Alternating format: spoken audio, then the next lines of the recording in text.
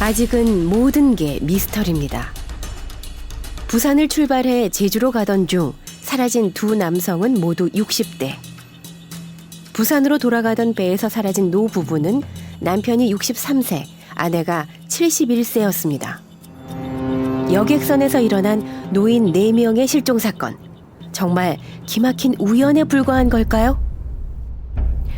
어떤 이유에서든 자살은 결코 이해받을 수 없는 행동입니다.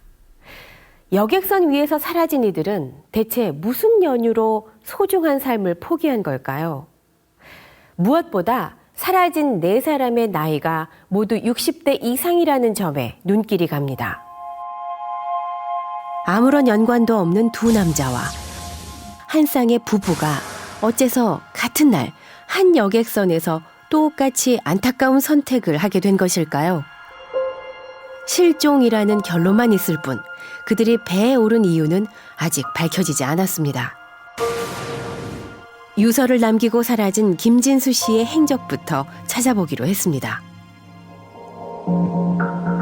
여객선에서 가장 먼저 실종된 김진수 씨. 그의 마지막을 직접 목격한 사람은 없습니다. 다만 가지런히 벗어둔 신발과 가방에 있어 김 씨가 스스로 몸을 던진 것으로 짐작되는데요. 가방 속에 남아있던 유서엔 절망적인 심경 고백이 담겨 있었습니다. 목숨을 버릴 만큼 큰 절망이 무엇인지, 어쩌면 유서에도 다 담지 못했을 그의 이야기는 무엇이었을까요? 모두 오에 살다가 2012년 8월 24일 날 이사를 갔어요. 이미 2년 전에 이사를 갔답니다. 다행히 김 씨에게 세를 줬던 집주인과 연락이 닿았는데요. 뭔가 생활을 정상적으로 하셨는 것 같은 느낌은 전혀 못 받았어요. 그러니까 집도 너무 엉망이었고 어디를 좀 앉아야 될지 잘 모를 정도 같은 좀 그런. 아무튼 되게 외롭게 사셨다는 거는 느낌을 받았는 것 같아요. 당시 혼자 살았다는 김 씨. 형편도 썩 넉넉해 보이지 않았답니다.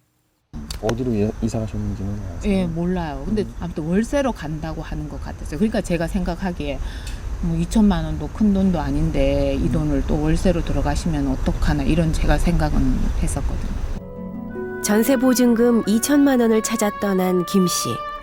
그 뒤 2년 동안 김 씨는 그 어디에도 전입신고를 하지 않았습니다. 그 시간 동안 그에겐 무슨 일이 있었던 걸까요?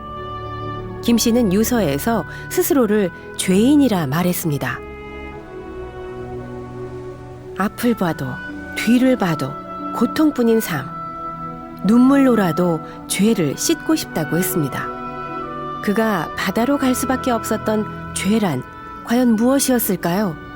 젊었을 때 달빛집 대구에서 달빛집 하셨고 그 이후에는 뭐 거의 길거리에서 행상 같은 거 하고 혼자 사시면서 식당 운영에 실패하고 생활고를 겪어왔다는 김 씨. 하지만 그를 괴롭힌 건 경제적 어려움만은 아니었던 것 같습니다. 아들은 초등학교 때부터 외할머니인가 할머니네 집에 살고 한 10년 이상, 10년 정도는 혼자 사신 것 같아요.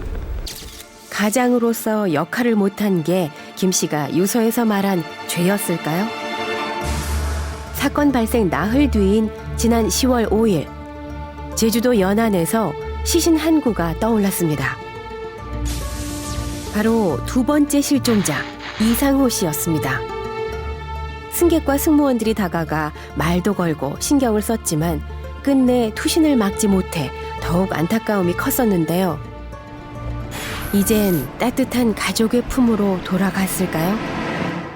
그런데 인양된 지 일주일이 지나도록 이 씨의 시신은 여전히 냉동고에 있습니다. 저희들 입장에서는 왕왕이 있어요. 가족들이 찾아오지 않는? 네, 않는 장례. 가족이 있어도 포기하는 장례. 한 달에 한 2-3번씩 저희가 치르니까요. 죽어서도 혼자 남겨진 남자. 생전의 삶은 또 얼마나 외로웠을까요? 그의 마지막 흔적 속엔 가족은 없었습니다. 세계에서 연락이 와서 뭐 가족 되시는 분이 있나 없나 그것만 확인해 보고 했는데 가니까 없고 방 안에 가보니까 메모를 이렇게 해놨는데 나는 죽으러 바다에 간다. 그리고 자기 이름 적고 날짜 적고 일어났다. 메모에 적힌 날짜는 9월 29일. 여객선을 타기 바로 전날입니다.